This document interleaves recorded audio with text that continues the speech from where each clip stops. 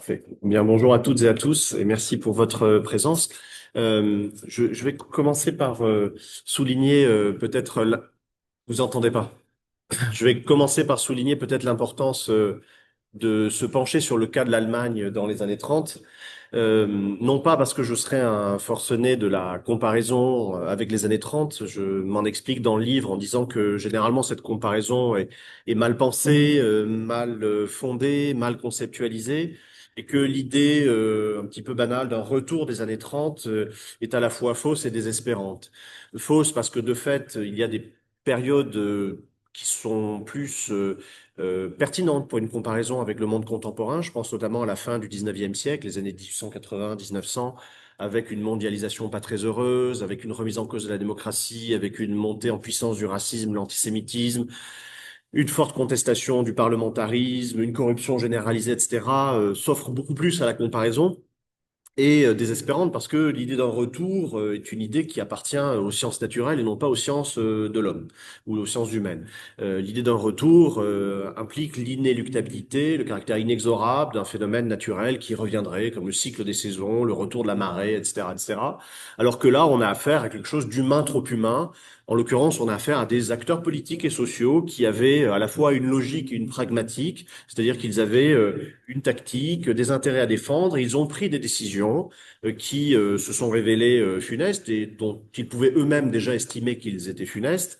En l'occurrence, s'allier avec l'extrême droite n'était pas une idée extraordinairement pertinente, mais de fait, ces acteurs-là, je pense à l'extrême centre allemand de 1932, ces libéraux autoritaires qui avaient à défendre des intérêts sociaux et économiques particuliers, des intérêts fiscaux également, ont trouvé pertinent, idoine s'allier avec l'extrême droite, à un moment d'ailleurs où l'extrême droite, c'est une différence d'ailleurs avec notre contemporanéité, où l'extrême droite était en déperdition, puisque les nazis, contrairement à ce que l'on entend parfois, s'effondrent littéralement dans les urnes à l'automne 1932.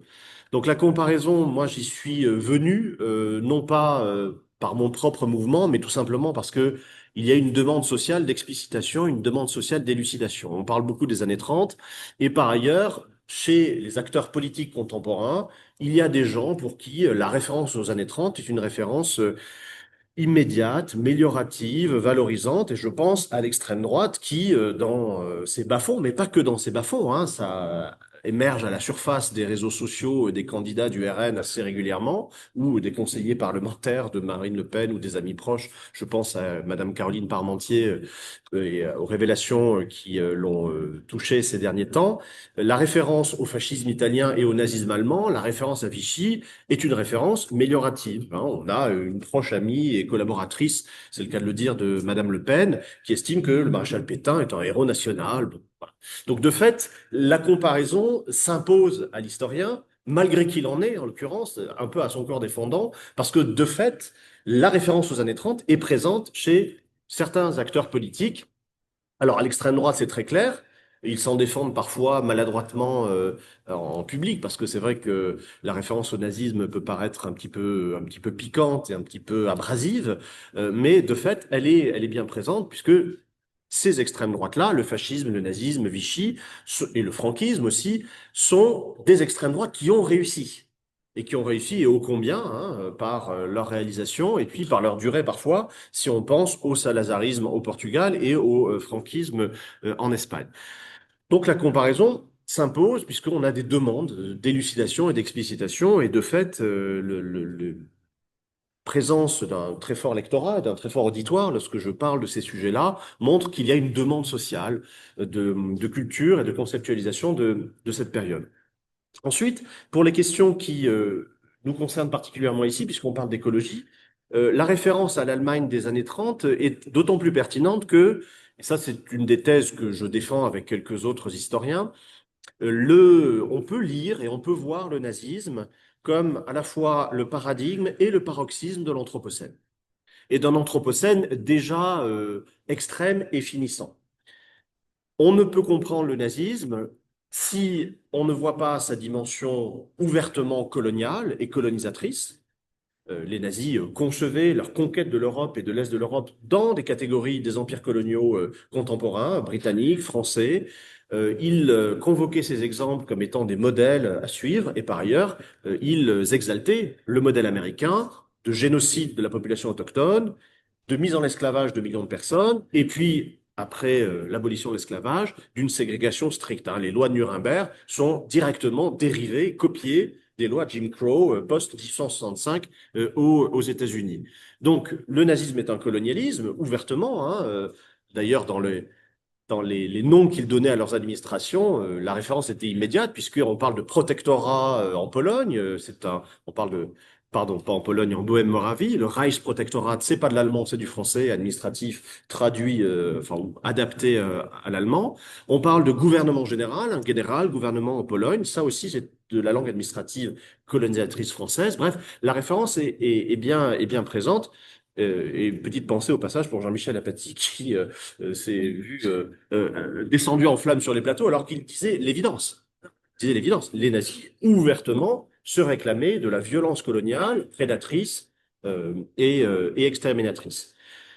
Donc, il faut convoquer dès lors des catégories qui sont les nôtres aujourd'hui, les catégories des sciences sociales critiques, de l'histoire, de la géographie, qui s'intéressent à la colonisation et à l'écologie, les catégories de prédation, d'extraction, d'extermination. Tout cela est parfaitement lisible à l'œil nu, si vous voulez, dans le phénomène nazi, qui nous donne une indication de ce que les extrêmes droites contemporaines veulent faire, disent faire et sont en train de faire.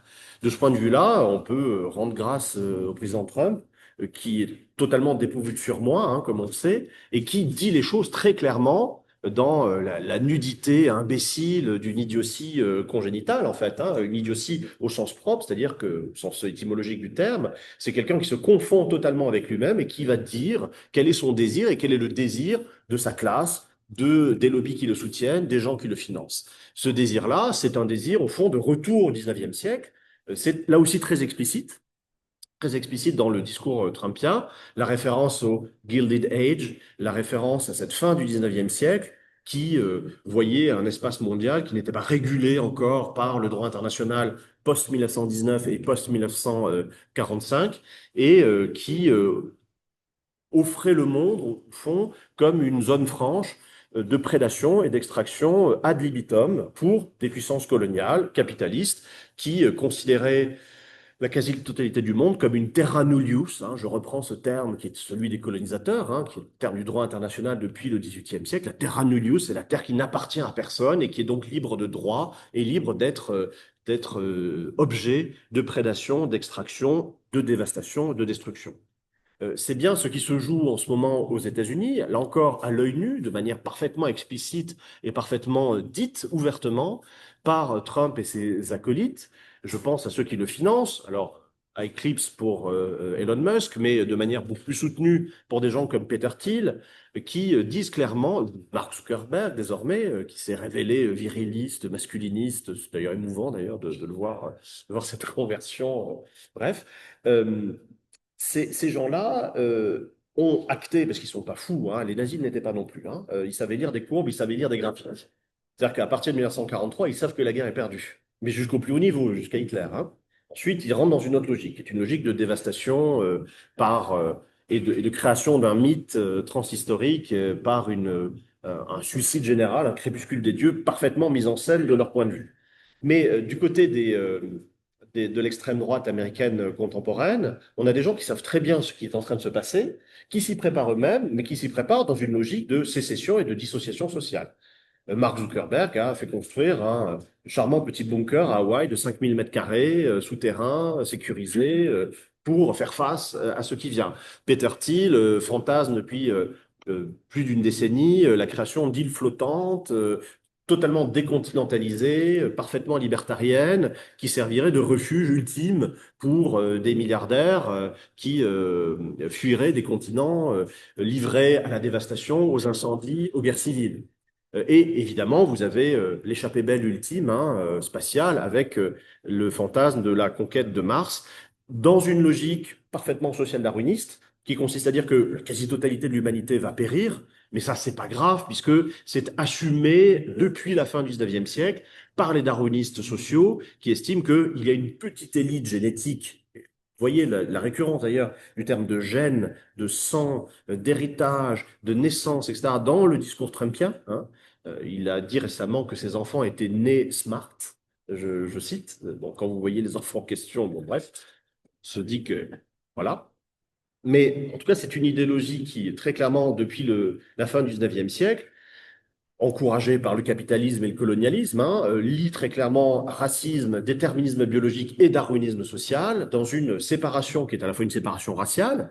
Hein, vous avez les sous-races qui sont vouées à l'extinction, ça c'est très clair, mais au sein même de la race élue, alors race blanche ou race aryenne ou race germanique ou race indo-germanique nordique, peu importe les termes, il y a également une ligne de partage entre ceux qui valent quelque chose du point de vue génétique et ceux qui ne valent rien. Les nazis étaient très clairs de ce point de vue-là, et n'oubliez pas que les premières victimes du premier assassinat de masse nazi, ce sont des Allemands. En l'occurrence, dans le cadre de l'opération T4, vous avez 200 000 morts, 200 000 mises à mort, 200 000 assassinats à partir de l'automne 1939 d'une substance biologique dégénérée, hein, je reprends le terme de l'époque, de vie indigne d'être vécue, là aussi, terme de l'époque, mais qui est tout à fait transposable au langage d'un Musk, d'un Peter Thiel ou d'un Zuckerberg ou d'un Trump, etc., qui résonnent dans les mêmes catégories. Donc, du point de vue écologique, c'est parfaitement assumé qu'il y a une catastrophe en cours, ils le savent, que eux vont s'en sortir et que le reste, par logique social-darwiniste, va être voué à l'extinction. Ce monde-là, ces catégories mentales-là, étaient déjà celles des nazis dans les années 30. D'où l'intérêt, encore une fois, de s'intéresser très précisément à leur univers mental et aux décisions politiques qu'ils ont pu prendre à l'échelle dans le continent. Mon ami et collègue Timothy Snyder a fait un livre qui s'appelle Terre Noire, Black Earth, il y a quelques années, où il parle clairement de panique écologique. Les nazis investissent le monde et le continent européen à partir d'un substrat ou d'un univers mental qui est celui d'une panique écologique dont les termes sont légèrement différents des nôtres aujourd'hui, puisqu'il n'y avait pas l'idée d'une extinction et d'une dévastation qui était en cours, mais l'idée était qu'il y avait une disproportion entre la valeur, la puissance, la force et la masse de la race germanique et l'exiguïté du territoire que l'histoire et le droit international avaient alloué à cette race. Et donc ce territoire était insuffisant. Dès lors, il fallait conquérir ce que nous traduisons par espace vital, mais que les nazis appelaient biotope. Les biotopes. Donc, j'ai voulu resituer donc l'intérêt de cette référence aux années 30, mais une référence pour le coup qui soit informée, nourrie par les catégories des historiennes et des historiens, nourrie par l'historiographie, nourrie également par la lecture des sources et non pas à la volée comme ça, une couverture du Point sur le retour des années 30 qui donne lieu à un débat, enfin un débat entre guillemets, sur je ne sais quel plateau télé. Encore une fois, au terme de retour, hein, qui pour le coup ressorti aux sciences naturelles. Je préfère emprunter au philosophe Michael Fussell, qui avait fait un excellent livre sur 1938, le concept de récidive. Parce que là, pour le coup, quand on parle de récidive, et nous avons affaire aujourd'hui à des récidivistes, très clairement, c'est-à-dire un extrême centre qui fait alliance avec l'extrême droite, c'est très clair en France depuis 2017, je crois. Quand on parle de récidive, là, on mobilise un concept à la fois juridique et judiciaire qui identifie des acteurs, des responsabilités et des culpabilités. On ne vaticine pas une forme de retour métaphysique, vaseux et nébuleux, qui, en l'occurrence, n'a aucun sens en histoire, puisque, de fait, il n'y a pas de répétition en histoire, ni de fatalité. Deuxième intérêt, deuxième enseignement de ces années 30, c'est que, précisément, l'arrivée des nazis au pouvoir n'avait rien d'inéluctable, contrairement à tout ce que l'on entend un peu partout et à ce que l'on retrouve dans les manuels scolaires aujourd'hui. Alors moi, j'étais stupéfait en faisant la revue l'été dernier. J'ai eu des hobbies estivaux assez curieux, mais bon, parfois il faut en passer par là. Euh, on enseigne aujourd'hui que les nazis ont été élus, ils n'ont jamais gagné l'élection, que Hitler a été élu, il n'a jamais été élu, et puis d'ailleurs, un chancelier n'est pas élu, il est nommé, etc., etc. Le contexte politique de l'Allemagne à la fin de 1932, c'est un contexte d'échec du parti nazi. et de disparition du parti nazi, d'éclatement d'ailleurs. Il y a des scissions à la base, il y a des mutineries de SA, il y a des échappées belles de Gauleiter, et il y a une volonté de fracturation du parti, puisque la tactique d'Hitler, qui était d'exiger la chancellerie à tout prix, pardon, est en échec. Tous les acteurs politiques, allemands et étrangers, tous les observateurs politiques allemands et étrangers tablent sur ce fait que le parti nazi va disparaître d'ici quelques semaines ou maximum d'ici 1 ou 2 mois. Et c'est très clair. Et les nazis eux-mêmes le disent. Hitler le dit, Goebbels le dit. L'échec est total. Dès lors, on se retrouve face à un problème historique et politique assez intéressant, qui est que fin 1932, Hitler parle de se suicider, Goebbels dit que tout est fini et rentre en dépression, et 1 mois plus tard, Hitler est chancelier. Donc il s'est passé quelque chose qui n'est pas de l'ordre de la dynamique politique. Remarquez au passage d'ailleurs que quand on parle de dynamique nazie, on utilise toujours des métaphores des sciences naturelles, hein. La poussée brune, comme s'il s'agissait de tectonique ou de géologie, la marée nazie, comme s'il s'agissait d'hydrographie ou d'océanographie. Non, encore une fois, on fait de l'histoire, on ne fait pas des sciences naturelles, on raisonne en contingence et on ne raisonne pas en nécessité. Et la contingence domine à tel point que le 30 janvier au matin, ce jour que les nazis ont célébré comme étant la Machtergreifung, la prise de pouvoir, comme s'ils avaient pris de malforce une forteresse, eh bien, le matin du 30 janvier, on ne sait toujours pas qui va être chancelier, on ne sait toujours pas si le gouvernement de coalition entre la droite et l'extrême droite va pouvoir être constitué, puisqu'il y a des désaccords et une violente dispute entre Hitler, chancelier pressenti, et Hugenberg, le Bolloré de l'époque, le mania des médias, qui rentre au gouvernement mais qui n'est pas d'accord avec la dissolution du Reichstag, etc., à telle enseigne qu'il faut vraiment un acte d'autorité du secrétaire général de la présidence du Reich, le colère de l'époque, hein, le docteur Meissner, pour dire, messieurs, le président du Reich attend la prestation de serment, vous avez déjà un quart d'heure de retard. On ne fait pas attendre le général Feldmarschall. L'énoncé de ce titre, évidemment, tout le monde se met au garde à vous, serait dit, et va vite prêter serment. Donc ça s'est joué à ce genre de choses qui sont extrêmement contingentes et qui n'ont rien à voir avec la nécessité, l'inéluctabilité que l'on veut bien nous vendre régulièrement, puisque, souvenez-vous, en juin dernier, qu'à la quasi-totalité des instituts de sondage donnaient, un, la victoire de l'extrême droite, deux, potentiellement, la majorité absolue pour l'extrême droite. Là, c'est vraiment une école de la résignation, de la fatalité et du fatalisme qui n'a rien à voir ni avec la politique, ni avec l'histoire, ni avec l'histoire politique. Et j'insiste là-dessus, ce moment 32-33 qui est généralement convoqué comme étant le paradigme de la nécessité de l'inéluctabilité en histoire est tout le contraire. C'est-à-dire que lorsque vous regardez précisément le déroulé semaine par semaine, voire jour par jour de l'actualité politique, vous vous rendez compte que les nazis sont tout sauf aux portes du pouvoir et tout sauf promis à exercer le pouvoir. Je pourrais longuement développer, mais ce n'est pas la question ici. Alors, comment être responsable, puisque c'est la question que tu posais, Claire.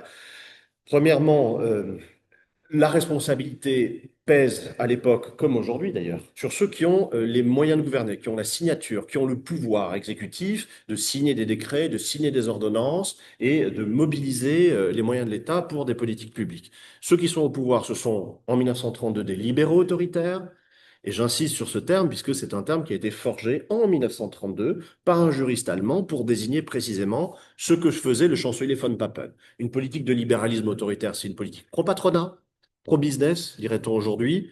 Et les paroles de l'époque sont étonnamment proches de celles d'aujourd'hui, hein. J'avais fait le test avec mes étudiants à la Sorbonne en leur donnant des discours de von Papen anonymisés, non datés, en leur demandant qui avait tenu ces propos sur la libre entreprise, sur le profit, sur la meilleure politique sociale, c'est la politique de l'emploi, etc. J'avais des réponses qui allaient de Gabriel Attal à Bruno Le Maire, en passant par Emmanuel Macron. C'est le même discours. Voilà.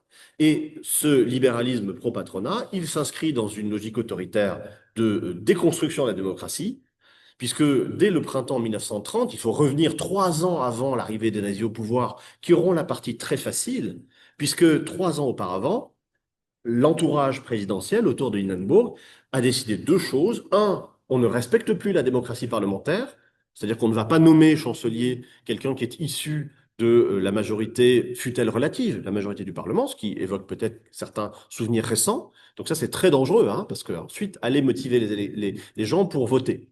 Hein, parce que vous, clairement, vous posez que vous ne tiendrez plus compte des élections puisque vous allez nommer un gouvernement qui va gouverner à coup de 48-2. À l'époque, c'était à une décimale, à une unité près, en dessous du 49-3, mais c'est la même logique, hein.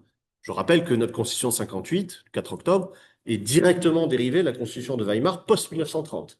C'est-à-dire telle qu'elle a été tordue par le présidentialisme d'Hindenburg via René Capitan. Là aussi, on pourrait développer, mais nos malheurs contemporains et le fait que comment dire, un enfant capricieux peut disposer de tous les pouvoirs, en plus en compétences propres, alors que c'est des compétences partagées sous Weimar, eh bien, cette réalité-là que nous subissons, eh bien, elle est issue directement de l'histoire de la République de Weimar finissante avec ce viol de la Constitution parfaitement assumé à partir du printemps 1930. Première décision, on ne respecte plus le résultat des élections.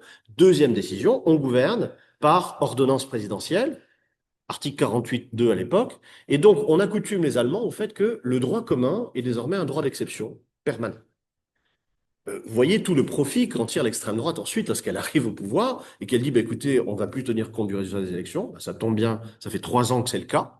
Donc les Allemands sont déjà habitués à ça. Et deuxièmement, le droit est désormais un droit d'exception permanent. On ne respecte plus les principes fondamentaux du droit.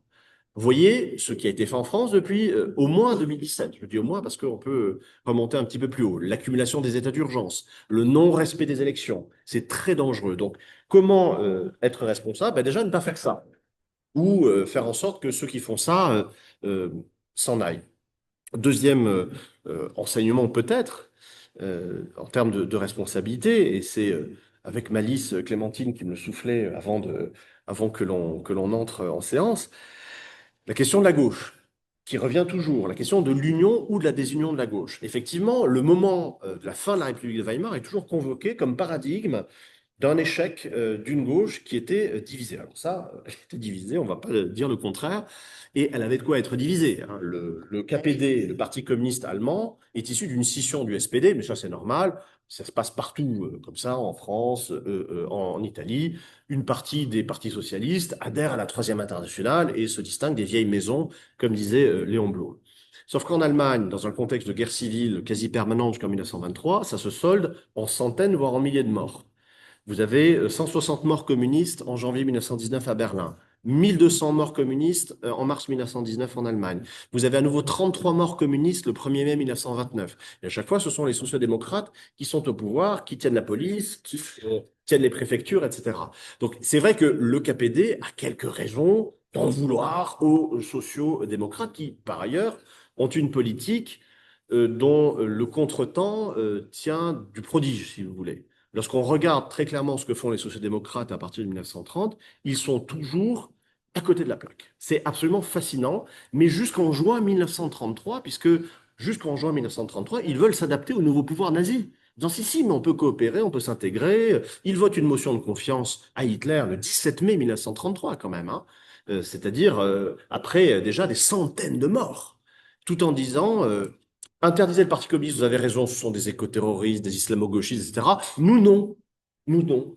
Et ça donne raison Pasteur Niemöller lorsqu'il disait quand machin a été visé, j'ai pas bougé, quand truc a été visé, j'ai pas bougé, et quand moi j'ai été visé, personne n'a bougé parce qu'il n'y avait plus personne. Ben, les sociodémocrates, c'est exactement ça. C'est-à-dire qu'ils ont lâché en race campagne les communistes, qui, depuis un an, depuis le printemps 1932, avaient réalisé quand même que leur ligne classe contre classe et anti-social-démocrate était contestable face à la poussée nazie et qui avaient proposé non seulement une union à la base, mais une union au sommet, une véritable alliance contre les nazis. Et là, ce sont les sociodémocrates qui avaient refusé à partir du printemps 1932.